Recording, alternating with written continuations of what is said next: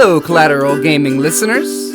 Chazzle Dazzle here from the Trial by Error Variety Show podcast. I just wanted to take a few seconds to invite you guys over to what we do. No, it's not video games, but we do invite really awesome and unique bands from all over the world. We dig deep into their souls and find really cool stories to tell you, and there's tons of music every week, so subscribe to us wherever you subscribe to your podcast. We look forward to having you. I'm Ashley Chancellor. I'm Zachary Gio. And I'm Megan Gomez. This is Collateral Gaming with Collateral Cinema.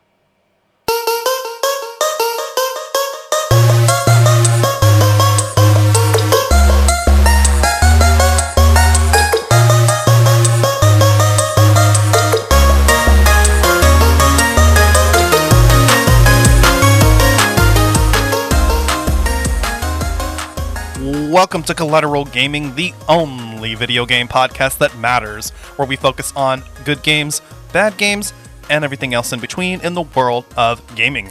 We are podcasting straight from somewhere in South Texas. And yes, my friends, we are a 420 friendly podcast. So whatever you have, smoke it if you've got it. Also representing today, Collateral Cinema Movie Podcast. Unfortunately, wasn't able to get Bo or Robert on this episode, but this is part of our multi-part Mortal Kombat collaboration event. So I am on both podcasts, so today I am representing both podcasts. Represent! He's representing the Lollipop Guild, and we want him. But how's it been, guys? It's been a while since I've had both of you on the podcast. It's going good.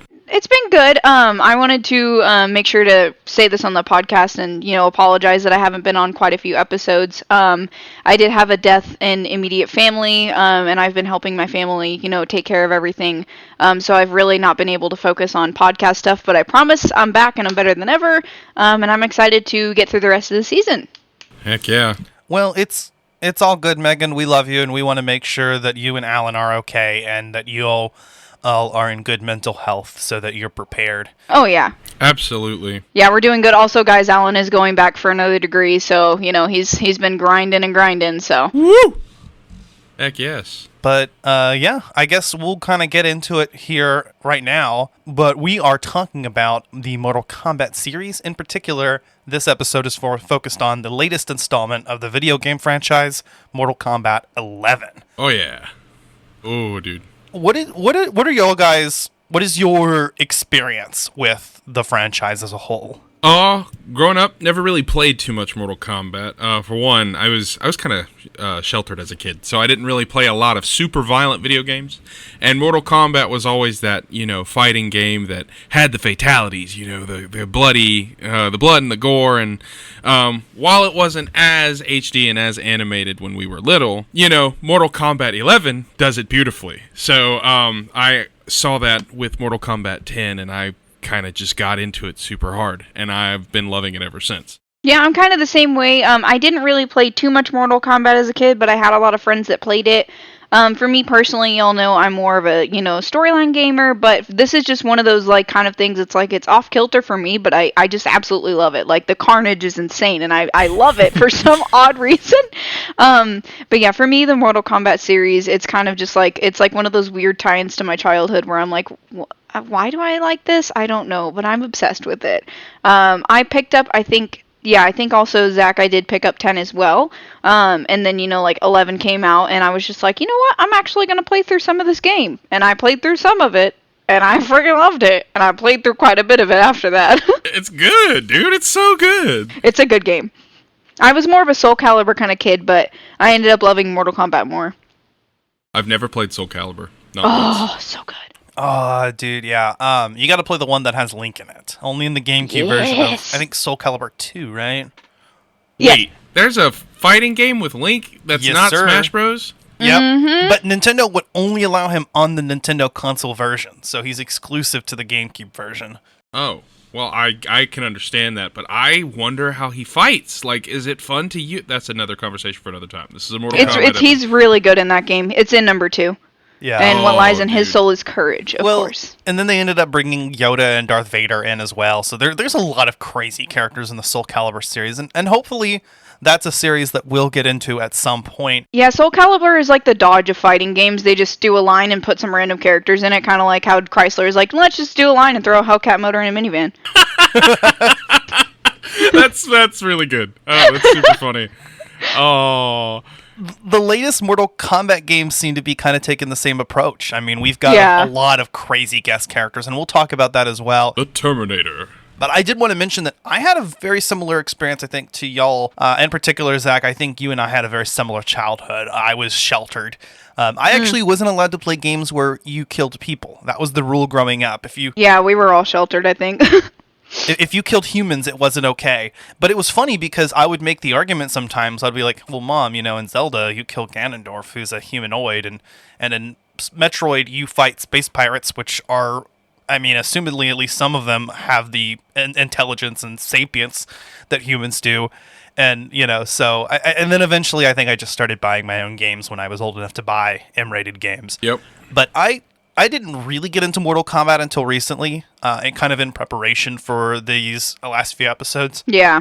I had played bits and pieces of it before, of course, with friends, but I went ahead and I went back and I played the original arcade games. We did a whole bonus round episode on the first 4 arcade games, and I also played quite a bit of Mortal Kombat 11, which I beat the story for and the Aftermath DLC story for, and even went back a little bit, played some of the Mortal Kombat 2011 reboot, or Mortal Kombat 9.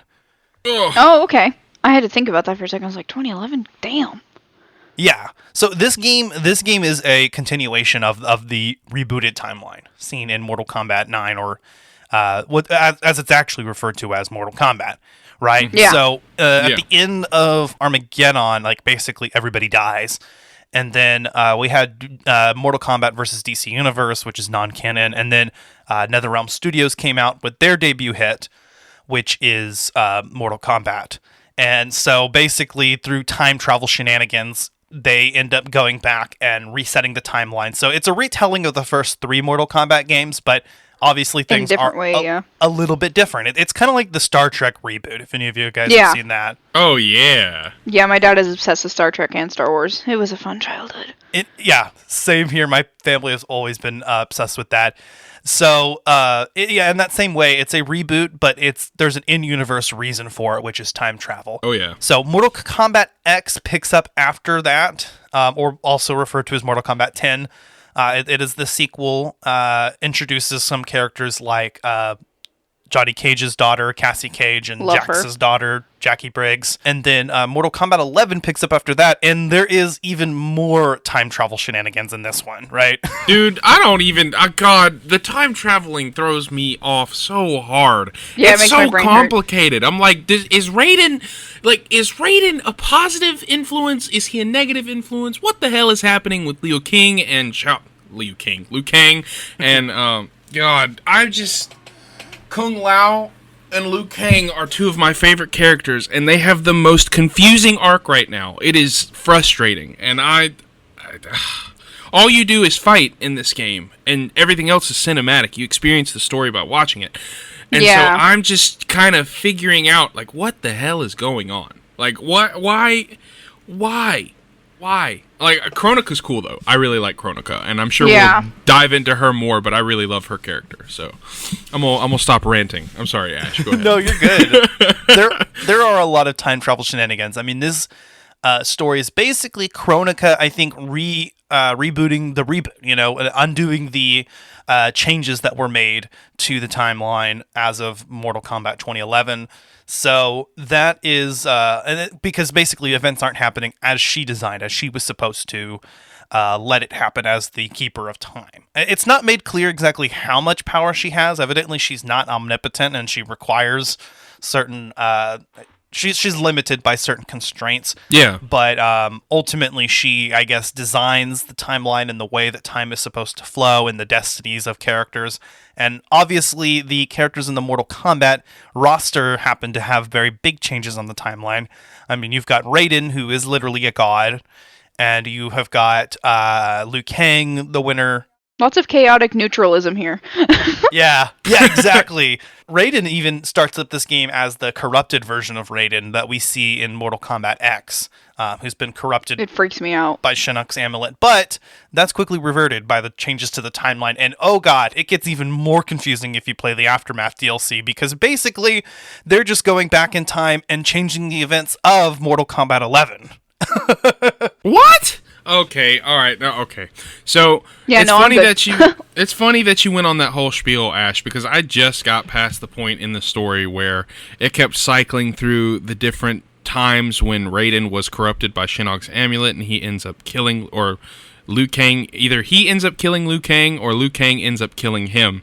But either way, Liu Kang, somebody says, "If you must die, then so be it." And it like keeps going through that. Do you remember that part in the story, Ash? Yeah. Like that's the part that I just finished. And so I remember that part. I got to that part too. Shinnok's amulet. Like Shinnok, this game is a few years old, so spoilers, I don't care. If you haven't played it, stop listening, go play it. Otherwise, I'm going to keep talking.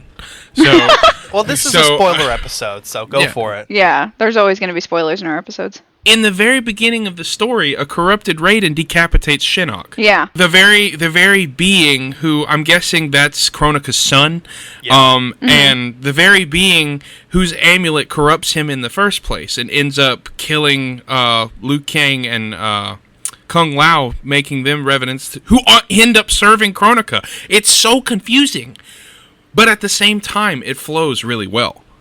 If that makes sense. It picks up right after MKX, and so Shinnok was the big baddie, I believe, in Mortal Kombat X. I haven't played all the way through that one, but and he also was the main villain of Mortal Kombat 4.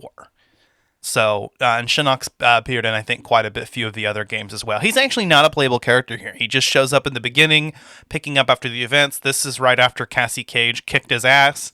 And, you know, he's like, you can't kill an elder god. And Raiden's like, oh, no, I'm not going to kill you. And he just decapitates him. And so he's stuck as a head. Yeah, and then after they reset time, who is it? Sonya, Cassie, and Briggs. They attack, and then that's their diversion. And then what's her name? Sonya dies, too. Don't forget that. Because that was like a big moment, too. Because everyone's like, what the fuck? She gave her life detonating the C4 to close out the ruins or something. And Jackie and Cassie. Yeah, Jackie and Cassie. It was Jackie, Cassie, and Sonya. Cassie gets back to the ship and talks to the younger version of herself, who gets mad that she dies because Cassie left her behind. And then later in the story, oh my god, it's so complicated. It gets even more complicated, like I said, in the Aftermath DLC, because it's a clusterfuck of a game, guys. Yeah, I think it picks up on the last two games, so I guess if there was any way I'd go back and redo this, I'd have played the first two games first, Mortal Kombat 9 and Mortal Kombat X, which aren't really the first games, they're the 9th and 10th games, but you know what I mean. Still not as complicated as Sonic 06. I kind of wish they would have done something like previously on Mortal Kombat, so you could fucking catch yourself up, because I remember playing this and being like, what in the actual fuck just happened? Well, the previously on Mortal Kombat would be longer than the actual story. It'd be like if they did a previously on Kingdom Hearts. I mean, come on. Yeah. But I mean, at least like a little bit of a catch up. Like shit. Like it had been a while since 10, and then like 10 going into 11, and I was just like, huh? What? What are you talking about? Yeah, exactly. There's a lot going on. I think the story after kind of that intro segment kind of picks up and tells its own story that is easy enough to follow, but I know, but at the beginning I'm just like, what? And it gets more confusing by the time travel shenanigans throughout, because you've got the younger versions of the Mortal Kombat characters with the older versions, the present versions, yeah. And I believe this is the characters after Mortal Kombat 2011. So somewhere between MK9 and MKX is what I'd have to guess the younger characters are being pulled from. So in the rebooted timeline, but younger versions of themselves before the big time gap in MKX that resulted in their children. So it is really interesting to see some of the present characters interact with their younger selves. Like Johnny Cage, for instance, is just completely baffled by how obnoxious he used to be. Johnny Cage! Yes! Yep. And that's surprising for Johnny Cage. That's character development right there. That was another thing. Speaking of the movie, I was like waiting this whole time for Johnny Cage, because that was like the one thing I remember was like Sonya and Cassie, and then I really, really remember Johnny Cage as a kid, and I was like, where is this cocky motherfucker? Where is he? I want to see who's portraying this asshole. And then it shows at the end of the movie, and I'm like, you motherfuckers. You got me. You got me. Yeah, but we still don't know the actor that's going to portray him. And if they do Ryan Reynolds, I will lose my mind, bro. If Ryan Reynolds... it's the best pick. If Ryan Reynolds plays Johnny Cage, that is going to be perfect. Literally. Yeah. Honestly, I would like to see, a cameo from some of the older actors like Lyndon Ashby, who played Johnny Cage in the original movie. Yeah. Yeah.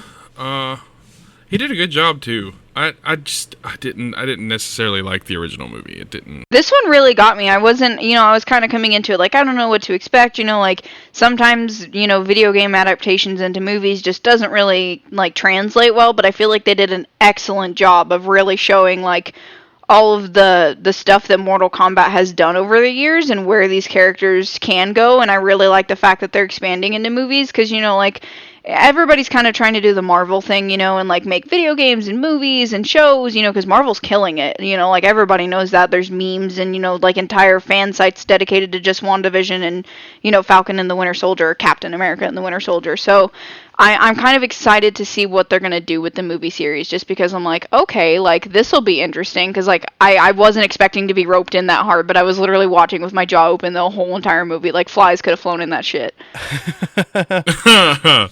Speaking of Marvel, there are rumors that NetherRealm Studios may be developing a Marvel game. That would be dope. Which is interesting because they're also the developers of the Injustice series. Yeah, so maybe like a darker spin and, like what happens in some of the comic books where, some of these characters turn dark would be really cool. Like Scarlet Witch isn't exactly, she's like an anti-hero. So I'd be excited to see something from NetherRealm on like a darker version of the Scarlet Witch that we have. Yeah, I don't know how credible those rumors are because I know the reason why they've done DC games is because Mortal Kombat is owned by WB.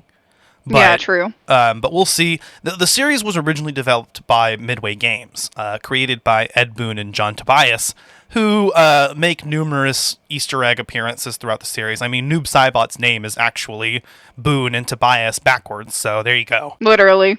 He's just a noob. Ed Boon is still in charge of the series, so ever since MK9, we've had NetherRealm Studios in charge, and he is the head of NetherRealm Studios. I think Midway Games no longer exists as a developer, but they've been taking over. It's still the same guy in charge, and that's clearly shown throughout. I mean, the games continue to be a love letter to their fans. Really, yeah, that's true. Some of the classic fatalities are just literally copied. If you watch some of the fatalities from the 2011 Mortal Kombat game, there are just a lot of them are just straight up this exact same classic fatalities. But after that point, by Mortal Kombat 11, they're kind of like, yeah, we've done all the classic fatalities already, so let's go ahead and let's just go all out. And they do go all out with the fatalities and just follow them to their logical extremes, right? They really do. I was not expecting, for Mortal Kombat, I know this is weird to say, but I was not expecting this much carnage. I was they're like, oh, we're back and we're better than ever. And I'm like, okay, yeah, whatever. Any game dev can say that. But literally, they came out and they Spartan kicked the gate down, shot everybody up, and we're just like, here's your fucking game. And we're like, okay, alrighty then. Yeah, this game is very grotesque and very, very, just in your face with some of these fatalities. I mean, come on. Well, there's a fatality that the Terminator does, where he shoots both of your kneecaps out, I think, and then gets on either that or he just gets on his bike and twists it and slams you into the air and then just blows you into pieces with a shotgun. It's just, and they show every bit of it, and it's like, good lord, okay. If I remember correctly, there's an Arnie skin, isn't there? Yeah, no, that is the Terminator. It's Arnie. Yeah, it's all Arnie. And John Rambo we have in the game as well. Sylvester Stallone. Full likeness of Sylvester Stallone. RoboCop is in there. The Joker is in there. That's right. I totally forgot about this just because it's been a while and y'all y'all were like, if you want to be on this podcast, and I was like, oh my god, it's been so long, I need to hop on an episode. I will say though, the Joker, he's a cool character to play as, but he kind of sucks. He does. I was the expecting voice more. acting and the It's not overall. Mark Hamill. No, it's not. Mark Hamill is the Joker. Like, that is just how it is. I was kind of hoping, because of the way that they've done these iterations, and I know there's, all of these arguments about the Joker, but for me personally, I was really hoping for a Heath Ledger version, just because for me that was the best Joker, just because of, how Heath Ledger really took it and just fucking sprinted with it and Naruto ran with it.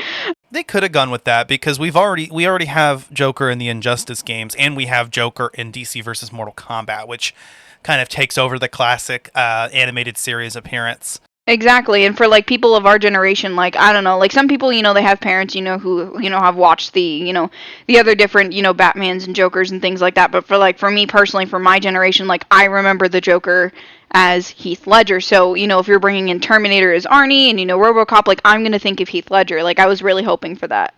Mm-hmm. At least the Heath Ledger skin would be cool. Yeah. Yeah, exactly. The Heath Ledger skin with Mark Hamill's voice, that would be dope. Even the skins, I don't know if you guys know, but they actually have the classic movie skins. So they've got Lyndon Ashby's version of Johnny Cage. They've got Christopher Lambert's version of Raiden, and then they've got Sonya Blade as well from the movie. And I used that skin. That was my favorite. Shang Tsung's movie actor actually voices the character. Just in the overall game, Shang Tsung's appearance in this game, they use the classic movie voice actor, which is cool. Yeah, for those particular skins that I just mentioned, the movie actors actually revoiced their lines. Good. That's so amazing. Yeah, so I'm really hoping that they've got DLC planned. I mean, they have to have DLC planned for the new movie. I'd love to see Cole Young be a playable character in this game because he was a movie exclusive character, and then maybe bring in movie skins for the other characters. That would be really cool because I'd love to play this movie version of Sonya because she's pretty. She's real pretty. Yeah. Oh yeah. Or add some fatalities that were from the movies, which were inspired by the original games. Yeah.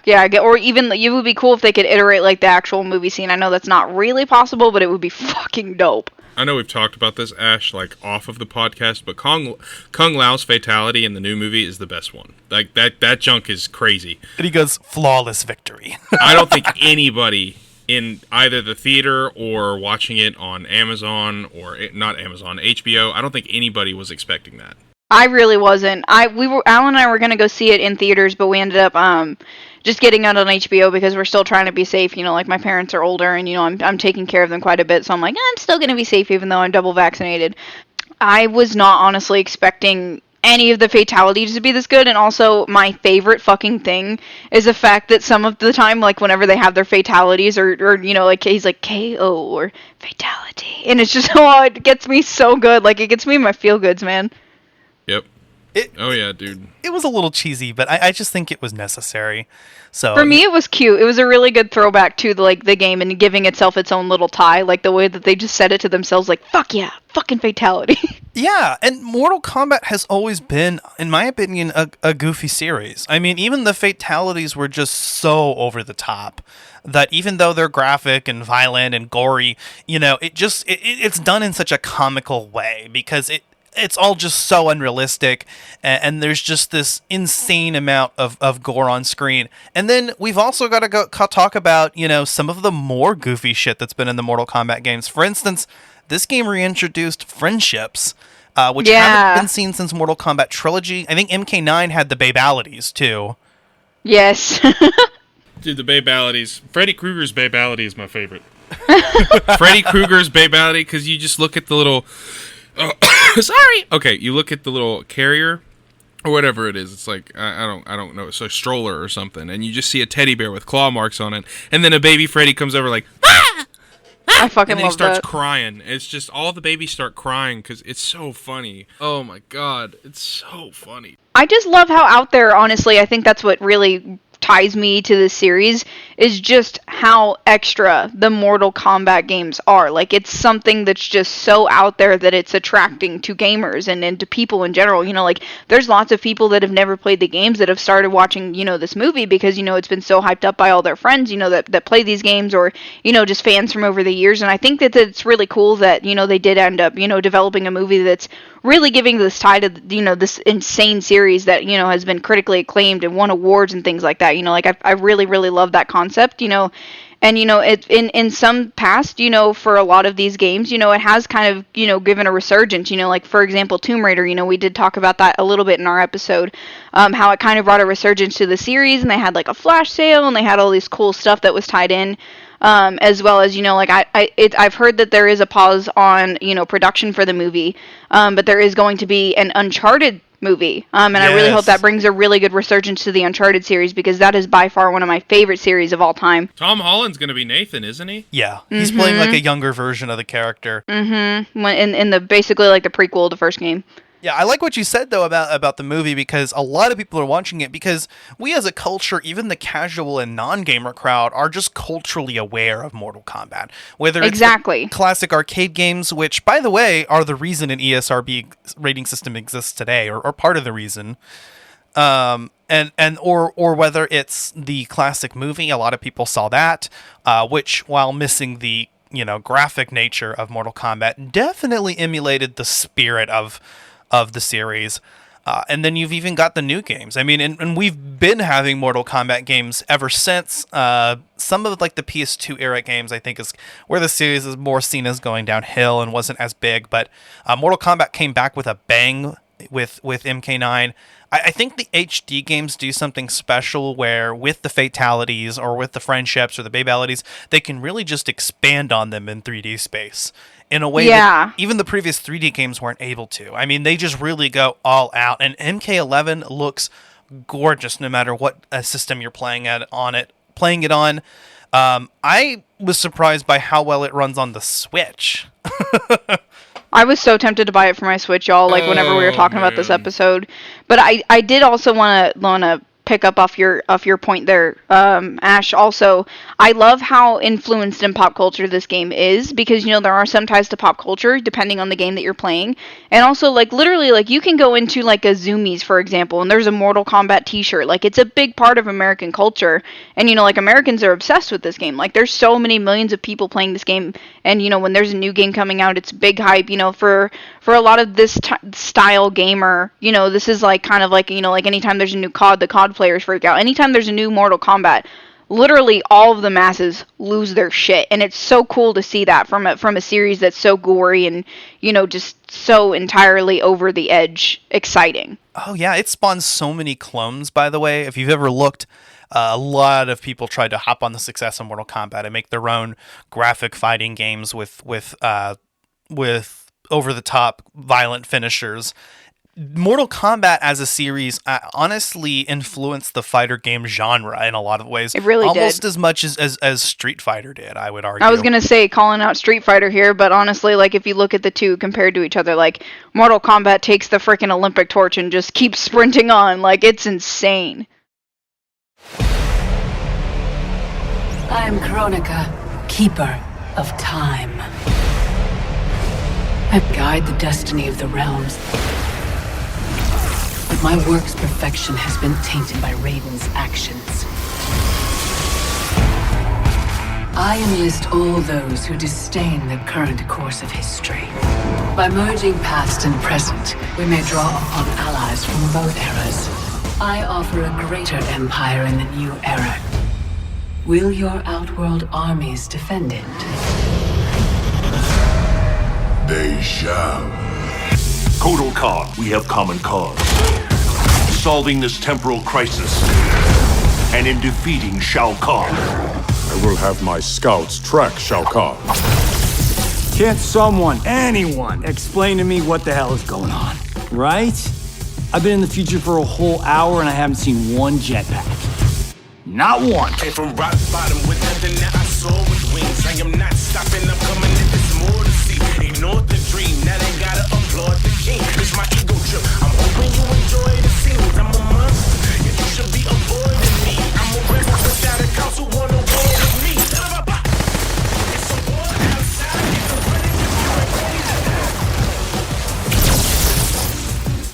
Elder gods, the realms are in crisis. Every being will be erased in a temporal Armageddon. Find Chronica's key and gain control of her hourglass.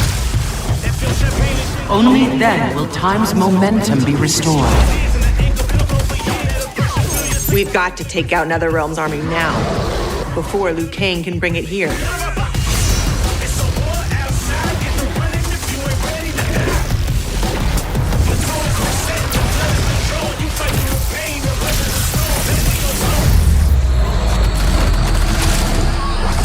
As my strength gathers, the new era draws ever closer.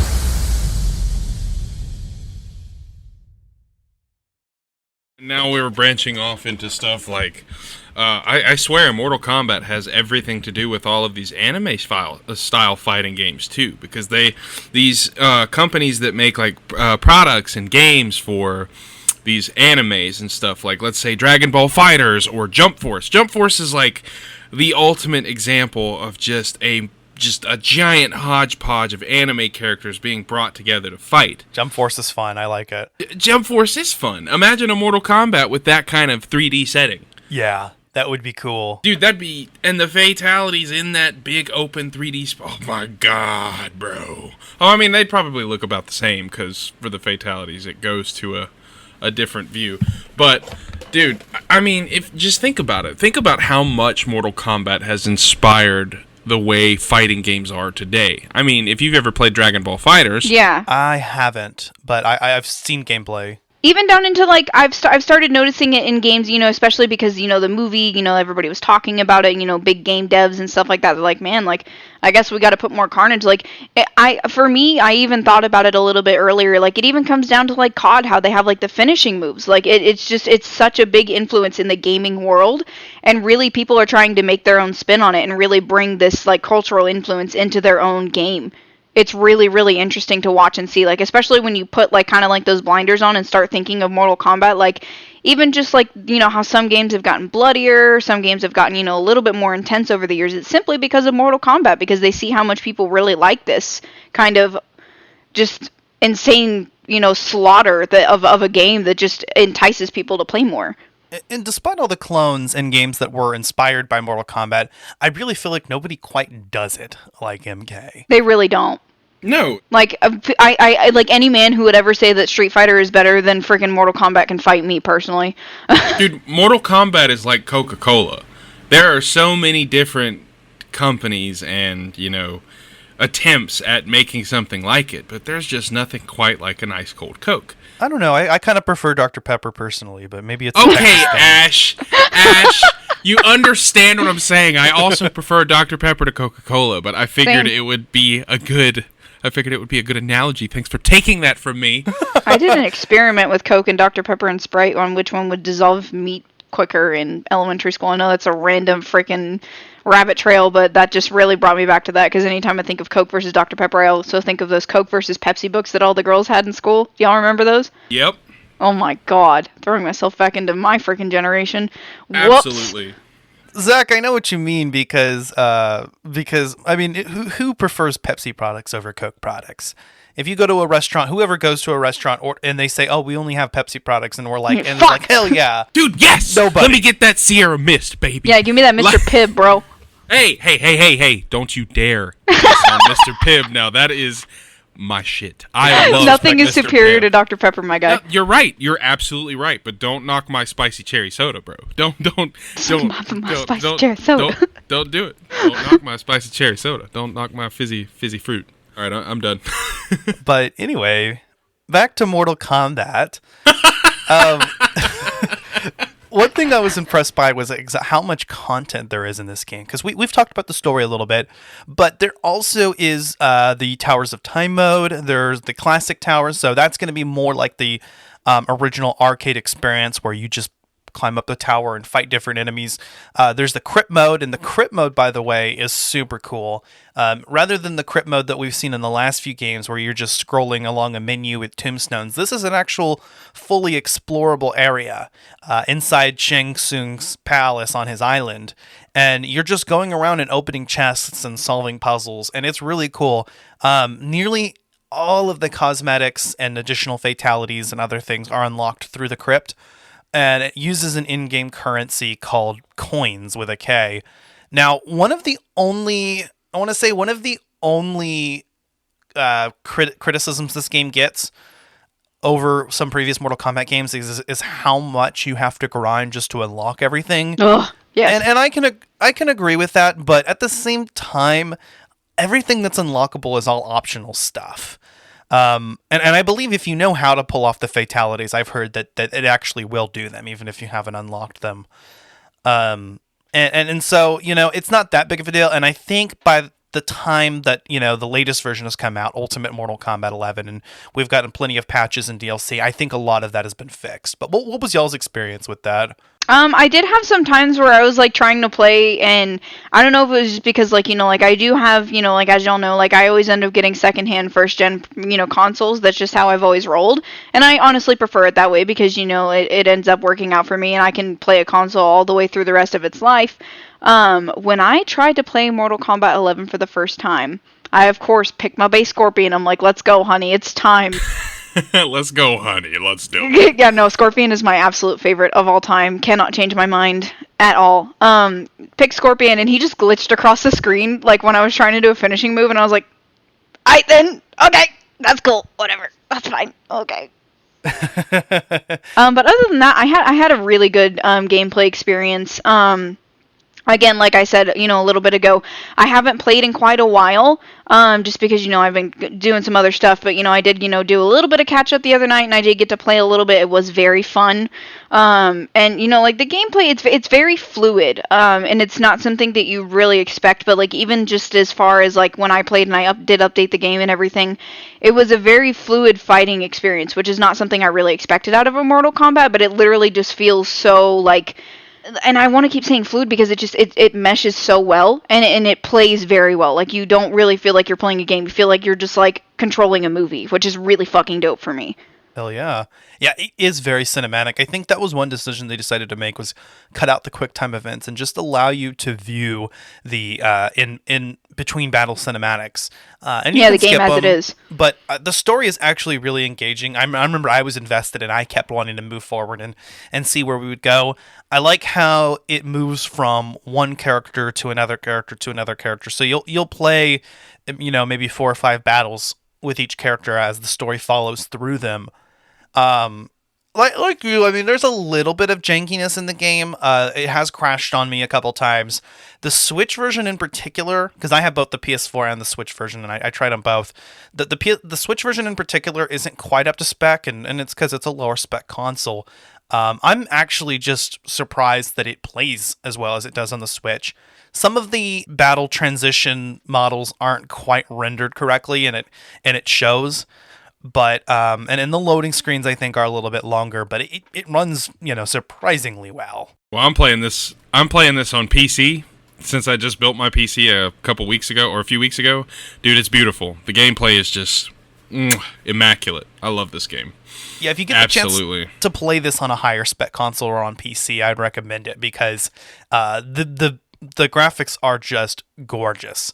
The fatalities have this little kind of slow-mo effect, and they're just, everything is so detailed and rich and vibrant. I actually really prefer the coloring in this game versus the predecessor MKX, which just seemed too dark overall. Yep. This game kind of was a lot brighter, don't you think? It's a lot more crisp. I've noticed that not only does the world and the game, the characters look a lot more, just illuminated, a lot more detailed, everything's finer, but this game is also just more fluid. It's smoother. It's easier to connect your different moves.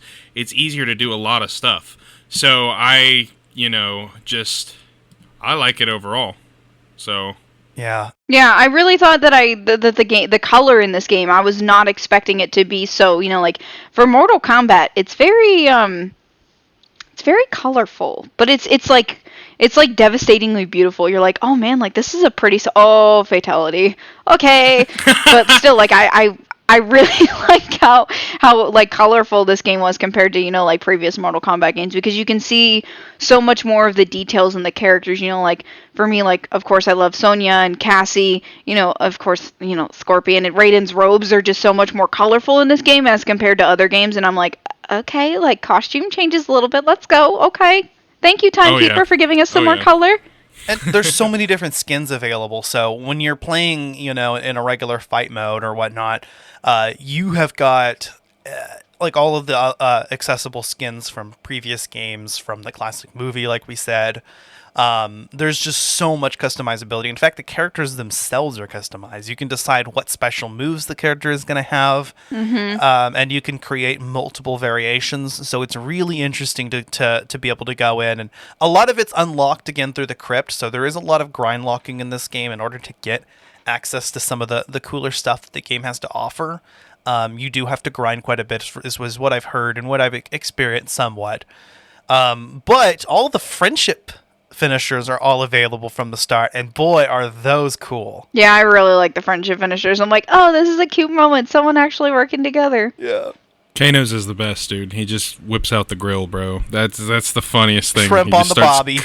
He just starts putting some shrimp on the bobby. Shrimp on the bobby. That's Kano. It's what he does. I watched a whole video actually of Ed Boon like explaining each finisher, or I mean each friendship, and so it's really cool the amount of like thought that went into this. They just went for doing something that was basically either just completely unexpected from the character, or just over the top, goofy, childish. And it was just like anything goes. If the stupidest ideas were the ones that made it into the game, is what he said. Yeah, it's great. I have nothing wrong with it at all. Yeah, it's great. No, I really like it. Beat the shit out of your opponent, and then like you come back and there's fucking you just finish him off with a friendship move. And I really like the names of some of them. Like Kano's is like Kiss the Cook. Yes. I'm just like, okay, like that's adorable. What's her name? I think, is it Cassie? Hers is like felt cute, might delete later. I was like, okay. Yes. She takes a bunch of selfies, like it's funny. Yes. Yep, I like Frost. She just starts dancing and then her head starts spinning on top of her noggin. Ice skating. And of course, Bae's is Teddyality. Sonya's is Fetch, Good Drone, Rainbow part Connection. Of what makes it work is it looks serious at first. Like you see Scorpion throwing out his spear, right? And then he pulls in a Teddy. And that's how a lot of the fatalities really pull off, is that it's set up as like a serious moment. Like, what? Oh shit, what's he going to do? And then it's just friendship. It's so freaking cute. I'm like, okay, like there's a cute moment for all of us girl gamers. Thank you.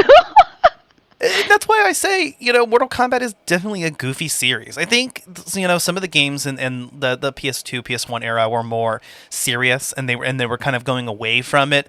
But I mean, originally the Babalities and friendships were developed just because of the controversy from the first game. So they were like, yo, you know what? You want to complain that you suburban parents want to complain that this game is too violent? Here you go. You can turn your opponents into babies, or you can you can just pull off really funny shit. Mortal Kombat 3 just went all out with the goofy shit.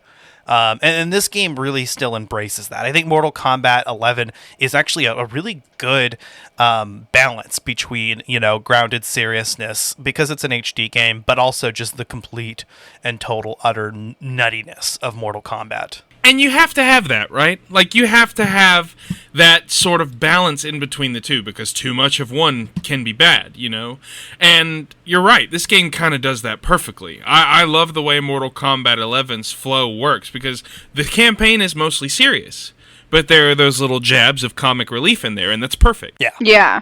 Yeah, for me, Mortal Kombat was like a great mixture of just like good comedy, like for gamers, and like good serious moments. Like, and it's a great mixture of the Mortal Kombat series as a whole.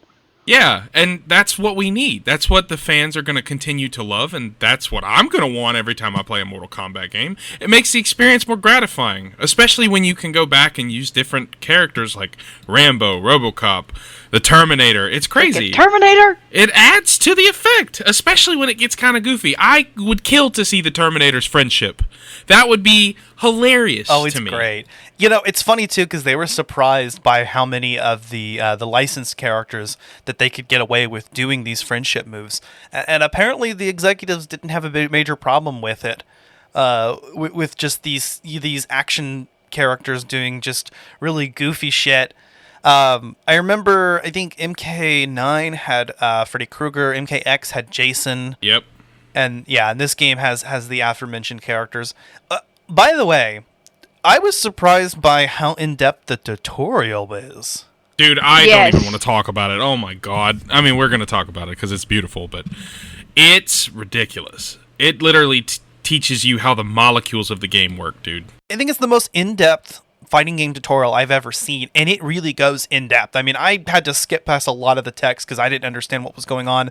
I mean, this is like Tekken level complexity that's been added to the game, and it really gets into like how to how to do special move cancels and talking about frames and stuff. I couldn't even get through all the tutorials. I mean, I got through the beginner stuff, and but once I started getting through like some of the more advanced tutorials, I actually had really struggled to pull this shit off.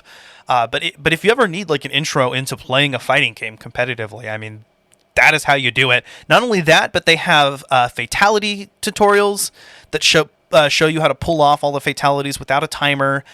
They've got individual character tutorials that show you, I mean, what some of the best moves for each character are and how you should play as them.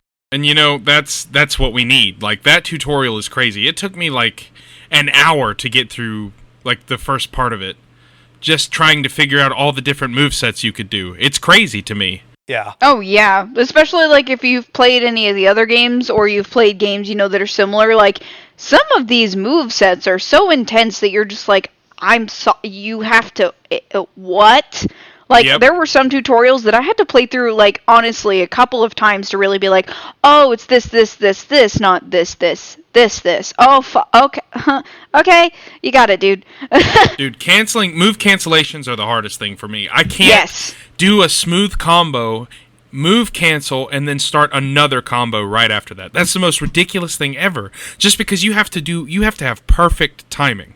But every single move that they're trying to pull off for every single tutorial, not only is there a controller in the bottom left corner of the screen that shows you what buttons to press so you can match the timing, or actually shows you what buttons you're pressing, I'm sorry.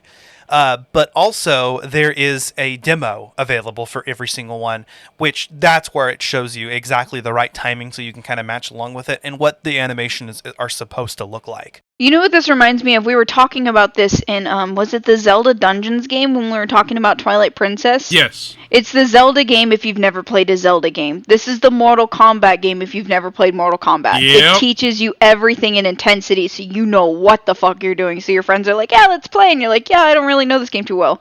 Ba-da-ba-boom, bow, That's finisher. the best description you could have for it, honestly. That's a pretty apt description. Yeah, I mean, besides the story, obviously picking up on some things that you'll need to know from the last games, but even, like I said, I mean, you'll get kind of confused in the beginning, but then you just play through the story, and it kind of is its own standalone story, especially, like I said, when you get into the Aftermath, and it has its own story that's just as long as the first one, that basically just time travels through the events of the first half of the game. So I think it's all self-contained, and if you're starting at a Mortal Kombat game, I mean, this is a good one to start off with because you've also got just the most content that's available and the customizability, and you know, and in that tutorial segment as well, so you can really pick it up and play from anywhere. I feel like, you know, some of the early Mortal Kombat games were just not very accessible, and even though, you know, this is a genre that is considered to be a more hardcore,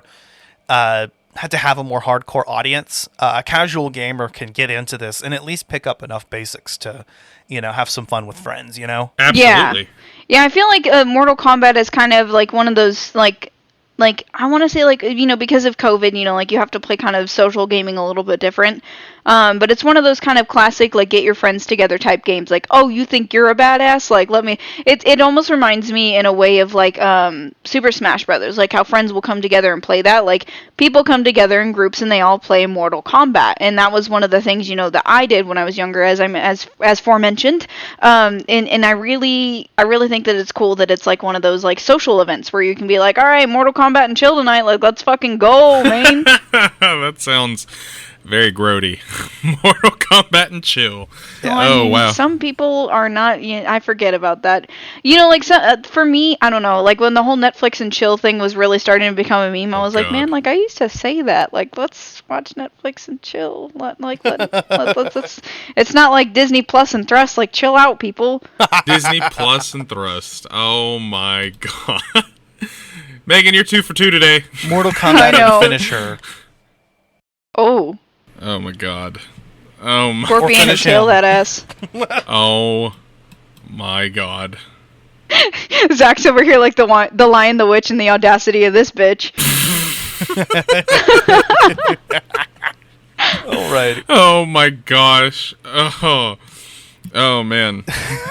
That's another thing I love about Mortal Kombat is you can literally fucking joke about it. Like, it's not one of those games where it's like, oh man, like I cried. It's like, oh man, like I was making fucking jokes about boning a girl last night while I was playing Mortal Kombat. Absolutely. That being said, there are some emotional moments that are explored in the story. Like, I got so happy when Kano died in the story. Yes. Oh yeah. Like, so you know how the rules work. And she's like, I do. You know the rules, and so do I. Oh, okay, but I also wanted to point this out because I saw this. I know y'all are going to judge me. I saw this on TikTok the other day. So, what's his name? Fuck, I can't remember. The guy with the iron lung. What's his name? The iron lung? In the movie. Oh, are you talking about Cabal? Yes, God, I could not remember his name for the life of me. Thank you. I was like, I wanted to say like Tubal, but I know it's Cabal. I'm confusing myself with Tan and Cabal at the same time. So his shoulder pads are army reg knee pads. Oh wow. Legit. There was a guy who had his he had like his old uniform on and he ripped off his knee pad and put it on his shoulder and he goes, those are fucking knee pads! And I was like, oh my God. Mortal Kombat, I don't know if I'm impressed or if I'm depressed about this. That's a good point, though. There are so many interesting characters that you can really get into.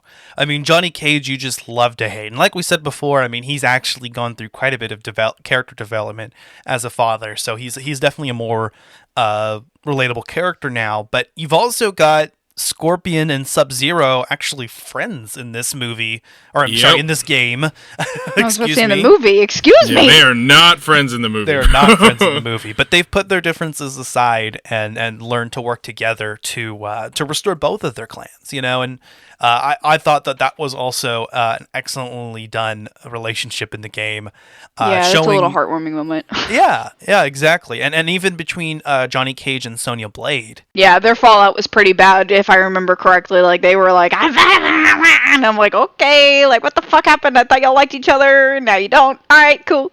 They're back together in this game, I think. But then she dies. What were you going to say, Zach?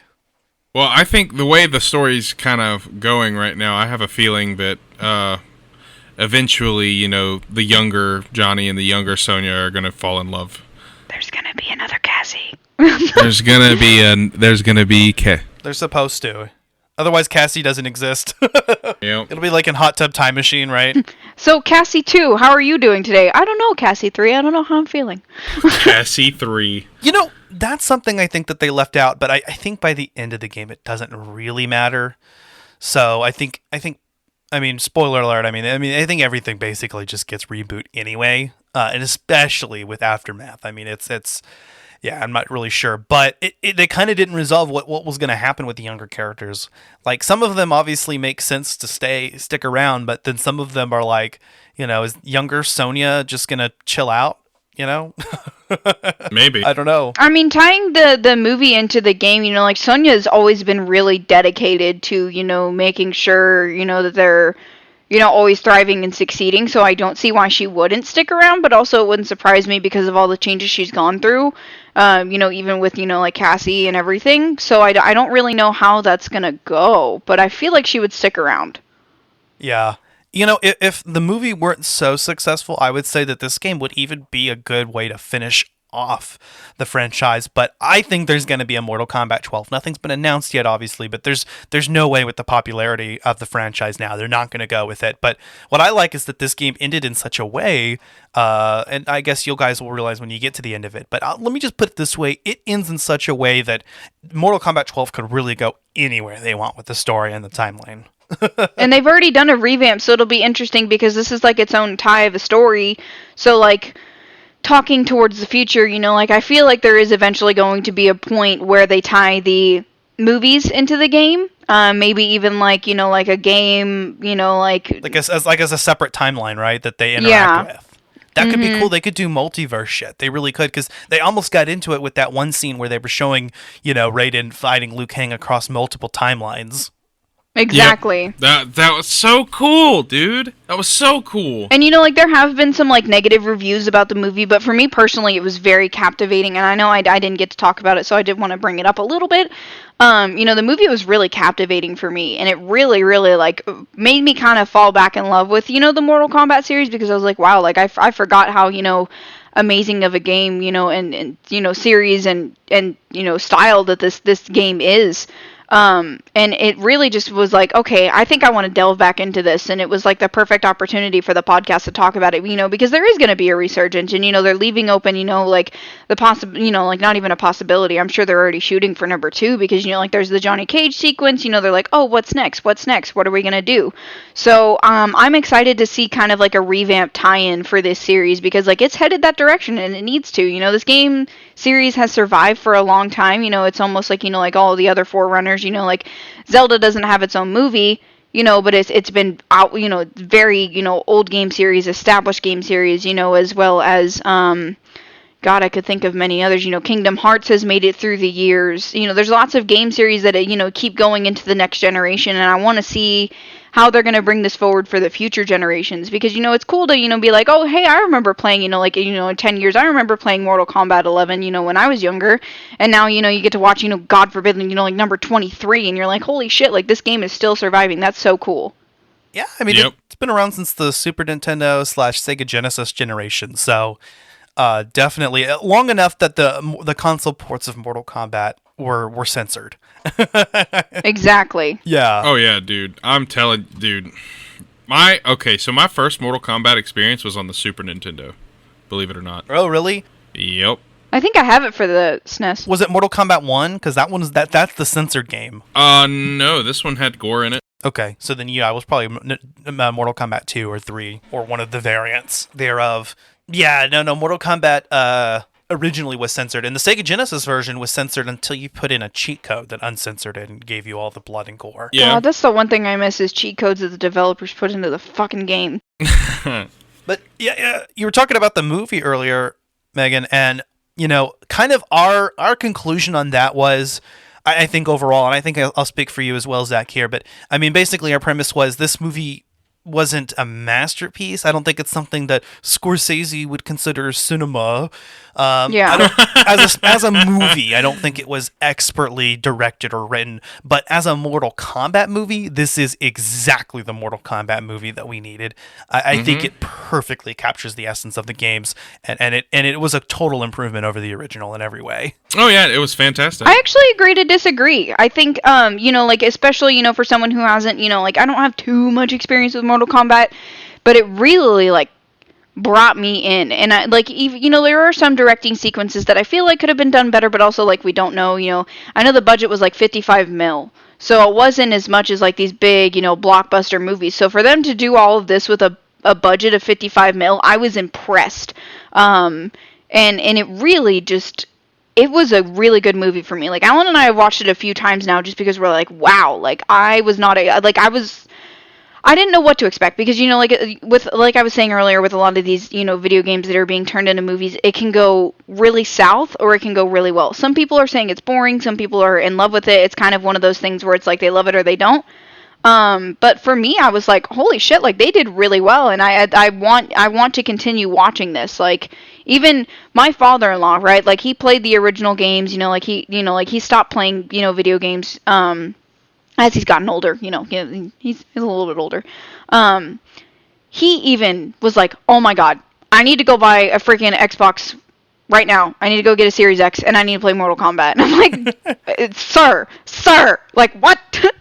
Mortal Kombat is a lot of fun, dude. It is.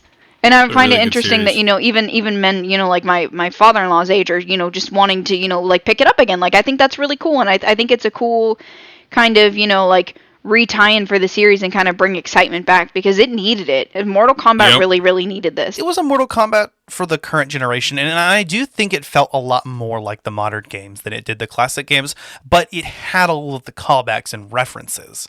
But I think in like overall terms of where the story went, because they didn't go for like adapting the first game at all. They just kind of went all over the place, and didn't even feature the tournament. So I thought that the game really resembled the more modern games. And so playing Mortal Kombat 11 while I was, watching the movie, not actually at the same time, but you know what I mean, while it was out. Yep. Multitasking! One eye directed one way, one eye the other. Oh, yeah. It was interesting because I actually did find a lot of similarities into how they approached telling a story in the Mortal Kombat universe. Oh, yeah. Oh, well, I know that you guys got to talk about graphics, and you guys know I'm a graphics whore, but also I am a really, really, I really am though. I will take like 10,000 screenshots before I move in any game. Like, oh, that's pretty. Oh, that's pretty. Oh, that's pretty. I even was telling my brother last night on his stream, because my brother streams a lot for Twitch. I was like, take a screenshot. This game's pretty. Take a screenshot. He's like, Megan, you need to chill the fuck out. I'm like, take a screenshot! I guess Megan's a prolific photo mode user then, huh? Yes, I will take... that's like my achievements for me. I'm guessing you're loving Breath of the Wild then. I've only played a little bit of it. I've been getting really into Animal Crossing just because work has been absolute freaking hell. Because, like the doctors that I work for are doing very well for themselves, and we have outgrown our clinic. So literally I'm just go for 10 hours a day. And then when I finally sit down, I'm like, I'm going to detox on some freaking Animal Crossing really quick. I don't want to think too much. I bet you can relate to that, Zach, right? Oh, yeah, I can. Man. But anyways, tying back into the game, the soundtrack for this game, y'all, was so pretty for a Mortal Kombat game. I was like, yeah, it is good. It is this really is good. Mortal Kombat. Like, I was literally like getting ready for this episode this week. I was listening to it while I was working. I think they even incorporated the classic movie theme into the soundtrack for the video game. Yeah, I think they did. Yeah, they did. Da, da, da, da, da, da. And they even did like a classical sequence where it was like, it almost sounded like a violin, where it was like, doo doo doo doo doo, and I was like, okay, Mortal Kombat, you're getting me in my feels right now. Could y'all imagine this like in a classical version, like they do with Zelda games in the originals? Oh my god! Symphony of Combat. Symphony of Combat. Mortal Symphony. I now I've got to think of a name for that. Oh man. Symphony of the Realms. Symphony of the Realms, dude. Symphony of the Realms. I like it. Oh, EarthRealm Symphony Orchestra. To anybody that does events at any cons, we're giving you an idea here. I'm telling you, bro. EarthRealm Symphony Orchestra, bro. Let me. EarthRealm Symphony Orchestra. That's actually really pretty. I like that. Well, I guess we'll go ahead and wrap things up from here. No. Oh, don't forget, I'm going to ask the question. Ash and Zach, if you were to have a finishing move, what would it be? Ooh. Oh man, dude, I would definitely use my massive head as some sort of like a power up where I would like run through. I think we like touched on yeah, like Naruto run across the map and just thwack them with my forehead and they'll explode. Or I've got to make it more gruesome than that. Like, or I could just run and like using the back of my head hit the bottom of like their crotch and like split through their body like Kung Lao's hat. And then I just headbutt them really hard and they explode for overkill. Make room for headspace. I think I'd like a fatality that like involved telekinesis, like maybe where I like just like body slammed their body with just my mind against the ground several times, and then when their body's kind of beat up, start like ripping off the head and other limbs and start whacking those on the ground as well, and then maybe just like pull them all in together and just kind of implode or something. Make a meat puzzle. Oh my god. That's super dark. Heck yeah, dude. What about you, Megan? As everybody knows, I love knives and guns. So I think mine would probably be some kind of chokehold, and I'd probably grab them, by the neck, squeeze the carotid arteries a little bit, throw them up and throw a machete right into their C-spine, right into their neck, Nice. and then use their body with knives as a throwing board, and probably finish them off with a maybe a hollow point shot right to the heart. All right. Nice. Damn. Nice. Mine is really brutal compared to y'all's. Jesus fucking Christ. No, that's what we're all about here. I'm like, let me go to the extremes, guys, and bring out all my knives. I'll even grab the axe that matches the color of the Wrangler. Fuck it. God, that is amazing. Any final thoughts on Mortal Kombat 11, Zach? Overall, it's a great game. Working on the story right now, and I'm having a hell of a time. I think it's a game that everybody should play at some point or another. It's a really, really good experience, and if you like fighting games, or if you just like party games that you can play with your friends, and well, I don't know if you'd want to play this with your mom or dad, but yeah, no. If you have a liking for games like this, like fighting games, this is a perfect game to play. Like, it is really in depth. It's complex. It's hard, but it's fun. It's beautifully detailed, and it's just everything that a fighting game needs to be. The story mode is intricate and deep. It's confusing, but it's really good. And I give this game, honestly, a 9.2 out of 10. I really, really like Mortal Kombat 11. I'm enjoying playing it right now, and I can't wait to get to the point where I can actually start playing online, because right now, I would be ripped apart. I would probably get flawless, and I'm not ready for that flawless victory. What about you, Megan? What are your final thoughts? For me, final thoughts, since we have tied into the movie a little bit here, if you did like the movie, if you fell in love with it, I think this is a great way to start out Mortal Kombat for you and really delve into, the universe that, these devs have created, and watch their handiwork really come into life with the controller in your hands. I personally, like as I've said before, I haven't had a lot of experience with Mortal Kombat, but for me, like watching the movie made me fall in love with it again. And I really encourage our fans to play this game, because this series has made it through the test of time, and it still has many loyal fans. The pop culture reference, like even in memes, like there's fatality and KO, things like that. If you really want to experience a great part of our gaming culture, I think this is a great game to pick up for you, because there's so much that you can do with it, and there's so much that you can take for yourself and make it your own in its own Mortal Kombat way. Hell yeah, I agree. I will say that this is the definitive Mortal Kombat experience, I think. If you want to start with any game, I would definitely recommend Mortal Kombat 11. Despite some difficulties possibly understanding the story, but as I explained already, I mean, I think it all makes sense by the end, or doesn't make sense, and it's not supposed to. There is just so much that's available. I mean, we didn't even get into, for instance, like the brutalities, which are like combos that you can finish off a match with, and there's a universal one where every single character can do the deadly uppercut and just punch their opponent's head off. So that's cool. God, the graphics, the soundtrack, everything about this game is just masterful. I don't think that there was really anything lacking. The only criticism that I could possibly mention would be, for instance, would be like the glitchiness, like the crashing, and the excessive grinding. But I think a lot of those have been fixed over time, and I think with the next installment we'll probably see even better. And I hope they continue along this trajectory. Just do everything that Mortal Kombat 11 did, but also like innovate and do a little bit more, and you're golden. Yep.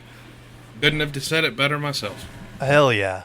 Well, if you enjoy this podcast, please leave us some feedback on your platform of choice. You can leave us a 5-star review on Apple Podcasts. Hit us up on Podchaser, that's the podcast social network. And if you want to continue supporting what we do, feel free to check out our Patreon. We have patron-exclusive Let's Play video game commentaries available, and hopefully going to come out with some more content soon.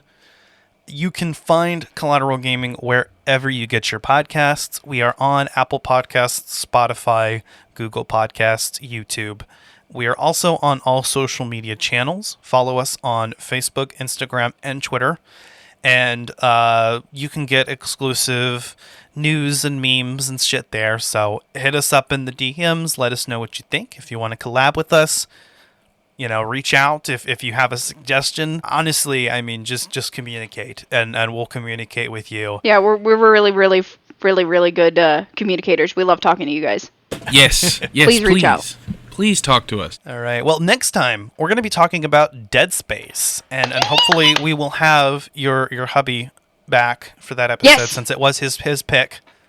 Yes, yes. Alan is very, very excited to be on this episode. He says hello to all the listeners, and we are both very, very excited to be playing Dead Space for this next episode. Yeah, I just downloaded it on my PC. I'm going to play through it this Let's week. go! badass. Yeah, because I've got Xbox Game Pass, man. You can get anything. Dude, it's crazy. I paid $1, and I got all these games. Gotcha, $1. I got you $1. Yeah, you're going to have to be quicker than that. But stay tuned for that. If you didn't hear our review of the Mortal Kombat 2021 movie, that was another collaboration with Collateral Cinema Movie Podcast. And we had a lot of fun with that. Bo and I also did a review of the first 4 Mortal Kombat games. You can check that out on Collateral Gaming Bonus Round. From Collateral Cinema in the future, we're going to be talking about Nicholas Winding Refn's Drive. And we just did our episode on Toxic Avenger with special guest Michael Cornwell. Had a lot of fun with that and getting into the Tromaverse. And it'll be cool to do another car movie with Robert. I think about once a season we end up doing a car movie because Robert's a car guy. Damn, I kind of want to be on that episode. I'm a car lady. Hey, you guys want to be on Collateral Cinema anytime, let me know. I mean, definitely I want to get maybe one of y'all, or at least for the finale. That would be really cool. Oh yeah, I did. I was there when y'all talked about the Mortal Kombat movie, so that was a lot of fun. Yeah, it was a good episode. Zach was on that one. We had a good episode then. But I guess that's really all there is to say for now. And so stay tuned. Let us know if you have anything at all to let us know. That being said, I'm Ashley Chancellor. I'm Zachary Gio. And I'm Megan Gomez. We are Collateral Gaming and Collateral Cinema. We are out, ladies and gentlemen. Fatality.